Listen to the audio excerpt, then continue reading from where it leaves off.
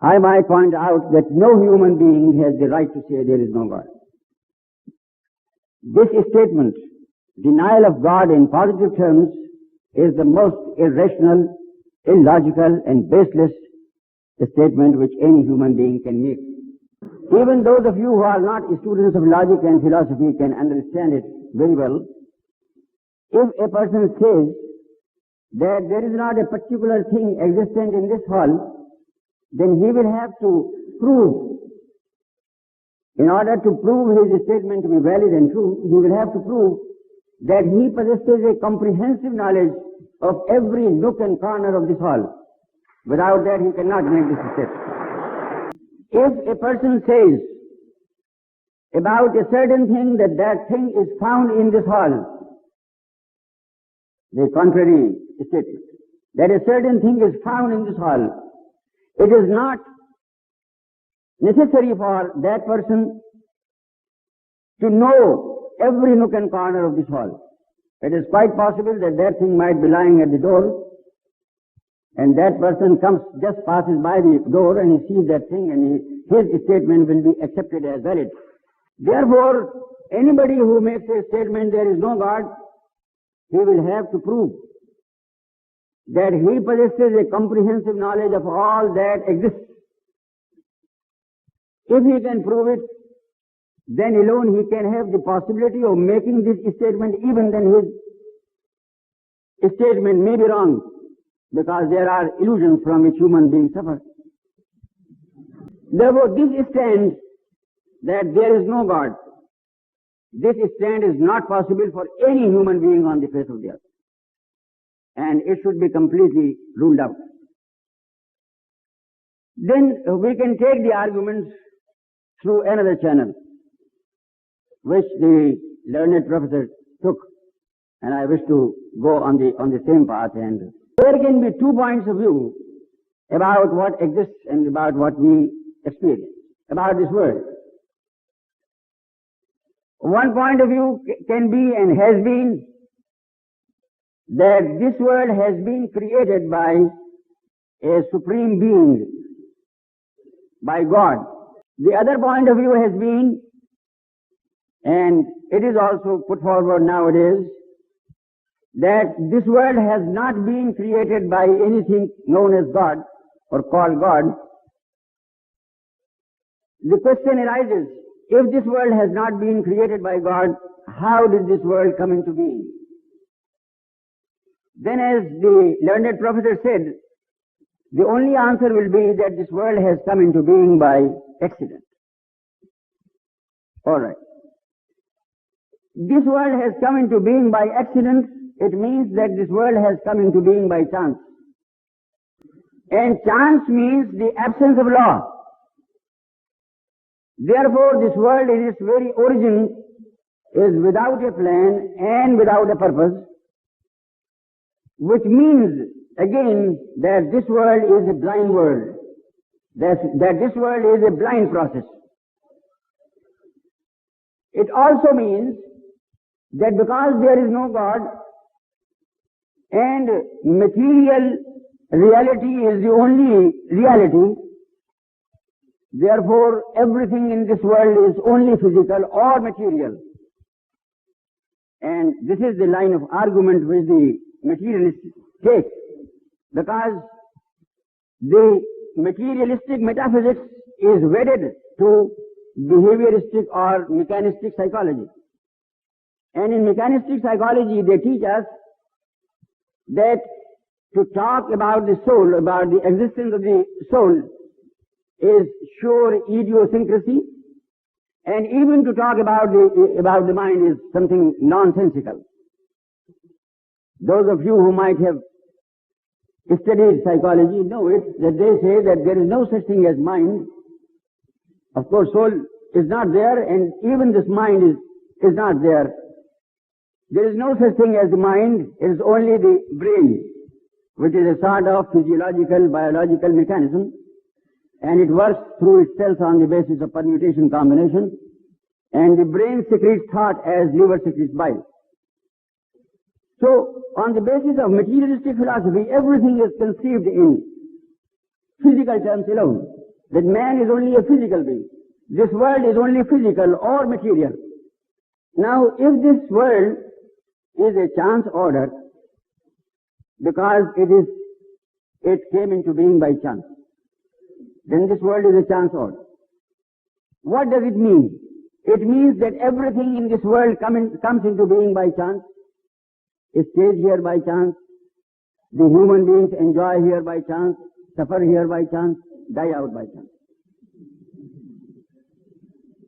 And because this world is only physical, there can be no moral bond of unity between different human beings. The moral bond of unity comes only when we postulate a creator and a God who created this world according to a plan and for a particular purpose and created all human beings who are here. It is through God that this moral bond of unity comes in. Otherwise, if this world is a chance order, then every human being comes into this world by chance, and there is absolutely no question of any rational bond of unity between different human beings, except in terms of physical values, and physical values are always based on experience. Again, if the human being is purely physical, then what should be the ideal of every human being? We know that it is human nature that every human being wants to acquire pleasure and wants to avoid pain. All right. Then if the human being is only a physical being, then the ideal for the human being should be to acquire the maximum amount of physical pleasure, because he is only a physical being. To acquire the maximum amount of physical pleasure would mean to acquire the maximum amount of sensuous pleasure. All right. Now, the principle of fellow feeling or sympathy, about which our learned Rabbi was speaking so many times and questions were asked, love thy neighbor as thyself. This principle, which is the highest principle of morals, this principle will fall to the ground. How? Suppose I am a millionaire and there is a fellow being who is a pauper, he is starving, and if I can pay to this person just 1 rand in order that he may buy food and save his life, then according to this philosophy, it will be an immoral action on my part, because I will deprive myself to the extent of 1 rand the opportunity of buying physical sensuous pleasure for myself.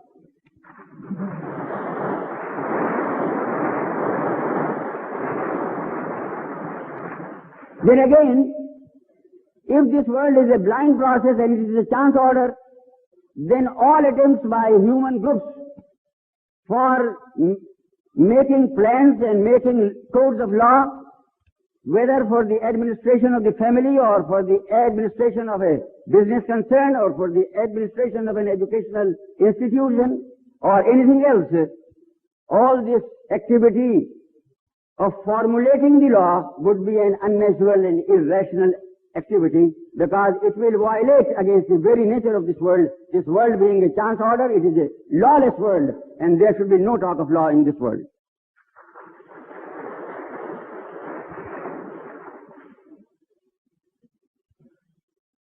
Carry it on. The argument runs logically. Of course, you might find that there are groups who say that they believe in materialism and atheism, and they also talk of welfare of the common man and so on and so forth. But those principles of welfare for their fellow beings, or their consideration or love for their fellow beings, and their disbelief in God, these are combined on the principle of expediency, not on a rational principle, because they cannot be combined. The only mottos that can emerge from the philosophy of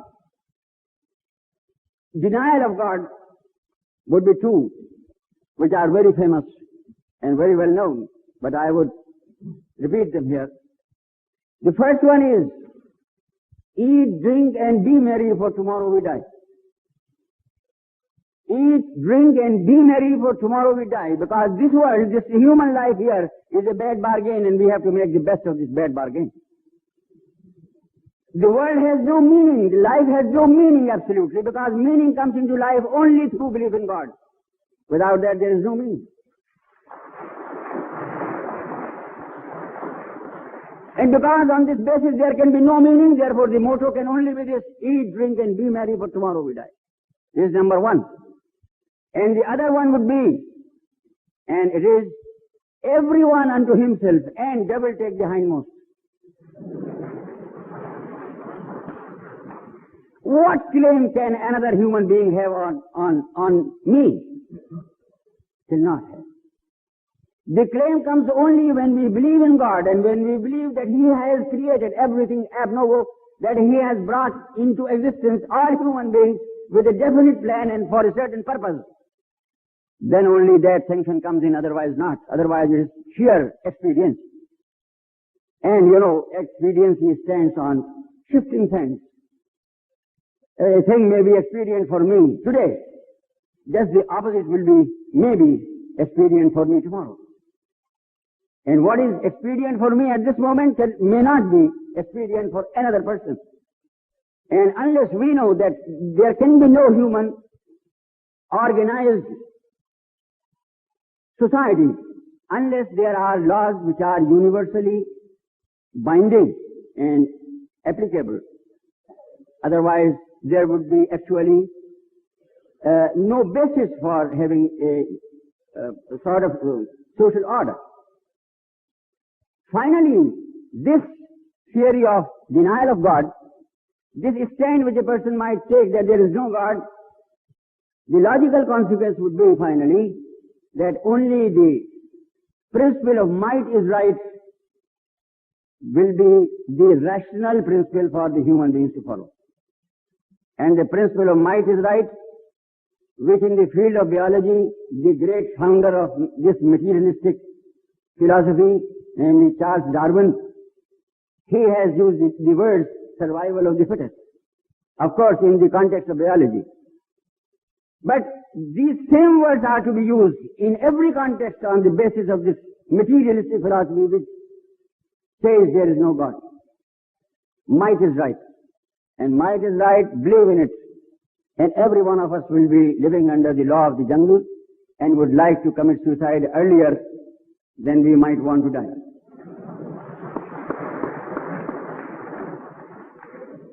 So, actually, why should we believe in God? If we can think seriously on life, then when we go to bed, we go to 100 cares and anxieties, born of our different associations during the day. Or we go with certain griefs, and when we wake up in the morning, then we wake up with numerous anxieties. We have to accomplish this job today and this job today, and we have got to do this and we have got to meet so and so. Is this life worth all this? If this life, if this world is just a chance order and I have come into this world just by chance, and I am standing here and I am staying here just by chance, and the life is absolutely a blind process, it has no meaning, is all this worthwhile? Cannot be. The worth in life and the value in life and the meaning in life comes only through believing in God. And consequently, we should believe in God. For our safety, for our security, for our happiness,